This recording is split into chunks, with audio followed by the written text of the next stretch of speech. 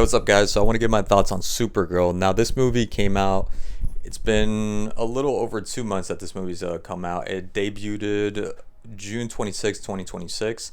So again, a little over 2 months. I caught this last night with a friend and my mom. My mom actually liked this movie. She said it was cute, so I'm happy she she had a good time with this movie. Now, ever since then, since the debut of this movie, there's been a lot of reviews. A lot of people been saying not so nice things about this movie. As a matter of fact, I can't imagine there being like a neutral review. I don't think I stumbled upon, whether on the internet or anybody in person, that said anything okay about this movie. It's mostly been just bad, and a lot of it is warranted. A lot of it I stand behind and I agree.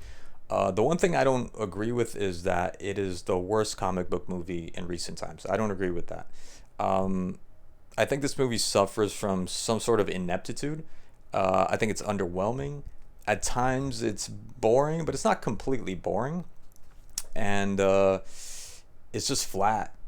It's just flat. It just doesn't ever get there. And the plot and so many things that are happening within the movie don't make sense. They're kind of ridiculous. They're kind of almost disrespectful. Not even towards the audience, but also towards the character that is Supergirl. Because I grew up watching this character in whenever she was involved in the animated series in the 2010s. There's been some movies that DC came out with, and she was in it, and I was always hyped. I was always excited and happy that that they showed her. Anytime they had Supergirl show up, I mean, I thought it was like a treat. It was so nice to see that, and they did her well.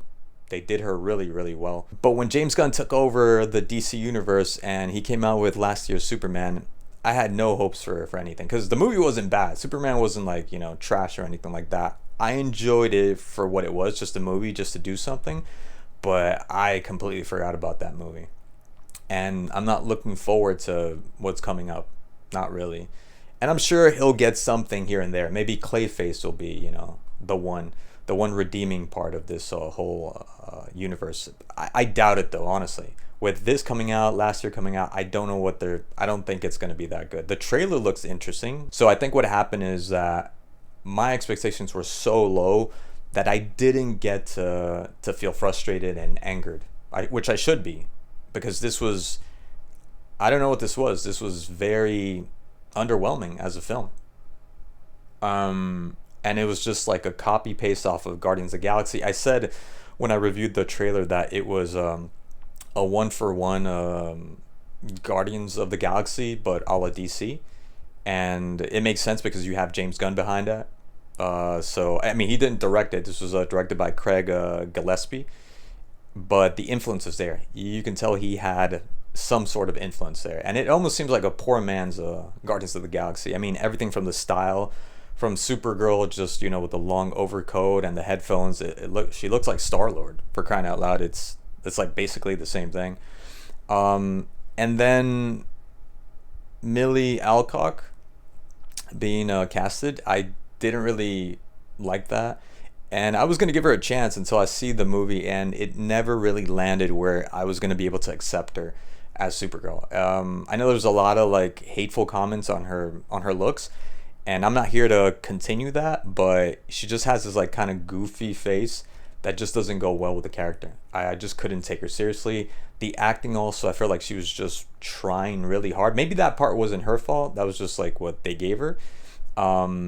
But it looks like she was just try hard the whole time, trying to, sulking and being pissed, which she is entitled to after, watching her planet just, completely go kaboom, and just get demolished, and then witnessing the death of her parents. I understand that, but it just never landed with me that she was Supergirl. And I was hoping that it was going to redeem itself with maybe some cool action scenes and then Lobo getting in there, but it never really did. And then the villain, wow, this guy Matthias Schoenaerts, if I'm not mistaken. I've seen him in nothing but French films, and I think he's done great. I've seen him in two English speaking movies, which was Old Guard with Charlize Theron, and a really good movie called The Mustang. I think he does a really good job. I think he's a really good actor, but this is the worst portrayal of whatever it is that he was going for. He had the accent, he had kind of like a Slavic Russian thing going on that It didn't really land. And some of the gestures where it was like woo wee, I don't know what he was doing. He reminded me of like not the villain, but the, I know, second, third in command, like the henchman's villain, where he ends up being the butt of the jokes, ends up tripping, and people are making fun of him. He never really struck me as the true villain. So it was a very predictable and forgettable villain, unfortunately. And then you have Lobo, Jason Momoa's Lobo. You know, I don't know what to make of that because it was just Jason Momoa's Lobo, and I felt like he had no involvement in the movie. He was just there, just kind of crowbarred there. Like the fans asked for, Lobo at some point, and they got him. He was in the movie, but didn't really participate in any sort of way. He didn't even really interact with Supergirl all that much or at all. I think it was just a waste, to be quite honest. So that was disappointing. And then the movie itself, just like the plot in the beginning, it just, I don't know, man. It was just so weird seeing this guy Krem. He arrives at this house, and you have the parents, you have the two kids. And I thought there was enough time to be able to tell the kids, hey, because we know what's going to happen, and this is a very serious situation, even dangerous situation, perilous situation.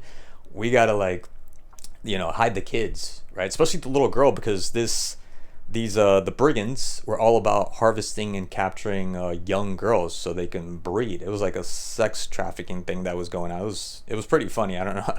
I'm just saying, it was just like interesting seeing that. And then the brother just dying in the most ridiculous way again. Had his headphones on, didn't know what was going on, ends up just surprising his little sister and catches an axe to the back. Like, really, really sucky way to go. But it didn't make sense because after Krem kills the whole family, you have the little girl right there for the taking, and that's what they're about. That's what the brigands are about, and he never takes the little girl. He gets a second chance when they're looking for a ship.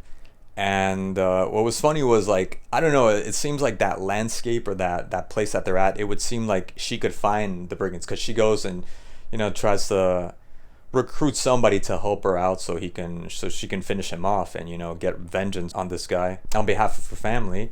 And he just randomly shows up, sees a Supergirl's vessel ship or whatever, and they got two girls there that are for the picking, and again, he doesn't take them, right? He ends up shooting Crypto, and that's the whole kind of plot of the movie, where she has to go and find the antidote that he just conveniently has, or for some reason he has it around his neck. And it's just strange that the movie would choose to do something like that. And then you have like the Raiders, or with the all-women space pirates, and you get to see the first time that she's donning and she's using her Supergirl powers. And it's never really something climatic. It just seems like a random scene. You never really feel like she's got those superpowers. And it just, once again, it doesn't really land. And then I have an issue. Maybe I completely missed this, but where does this little girl end up taking a bus or some other spacecraft to reach that bus stop? Or I think she was a stowaway, because she was really good at sneaking into vessels and ships, and somehow makes her way into the ship. I don't know how she did that. I think she was a stowaway. I'm going to say she was a stowaway, because there's no way she ended up getting to the next bus stop and catching Supergirl. It just didn't make any sense. And then when they end up going to, what was it, the planet Bilkis. Supposedly the planet is supposed to be desolate, and there's not that many people there. And Supergirl has to go and find somebody to help her find Krem and the brigands. You're telling me that she needs a scout or somebody to help her find the brigands? I mean, they have this big ass ship, and Supergirl is fast. She's got her powers at that point, so she can basically cover a good sizable perimeter to be able to find the brigands.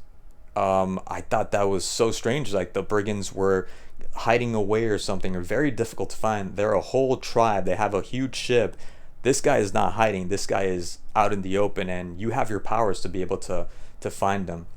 And then the fighting scene when Krem ends up, for whatever reason, taking some kind of oath that he has to kill the little girl Sarna, and ends up just walking away from the main fight, because there's a whole itinerary that you have to keep in check and not lose any of these girls that you're harvesting or capturing, kidnapping. and he just ends up just traipsing and just walking off. Convenient because Lobo's there. He's gonna have to fight Lobo at some point. He's gonna have to fight Supergirl, and the whole time I'm thinking, oh, he can take Supergirl. That's the fight I want to see, because supposedly he has the strength of 1,000 men or something like that. And come to find out at the end that he never had a fighting chance. He never had a chance to be able to go toe to toe with Supergirl. That was very disappointing. You know, there was so many things about this movie, the green sun and the yellow sun. Why not just go to a planet where it's just all green sun? You know, especially if she's gonna have a bag over her head. She doesn't know any better. She doesn't know where you're taking her. And so that didn't make sense. And then, like I said, towards the end, she ends up fighting him, and it's just like a breeze. It's very easy to defeat this guy. The only one redeeming thing, and the thing that I really liked the most, because it was driving me up a wall, where she kept interrupting Ruthie, the little girl, from killing this guy, was that she ends up killing the guy herself. Like, that was the best thing, especially like twice, right? Once for Crypto and the other one's for the family. So that was good. That felt good. That was satisfying. And then you have Lobo in the distance just looking at it and just catchphrase, uttering certain words here and there. Yeah. As he saw that. Didn't make any sense. Again, I didn't hate the movie, but very questionable. There were some very questionable choices being made in the movie. So overall, you know, it was like a 2. 1 out of 5. I give it a 2. It wasn't the worst movie. They let my girl down. I wanted to expect much better from DC, but as is, and with the direction that they're taking, with the way they're making this DC universe with Superman, I didn't really hold out any expectations. So that's why I'm not that disappointed. I'm not that gutted. So yeah, that's those are my thoughts on the movie. Thanks for watching, and I'll see you guys in the next one.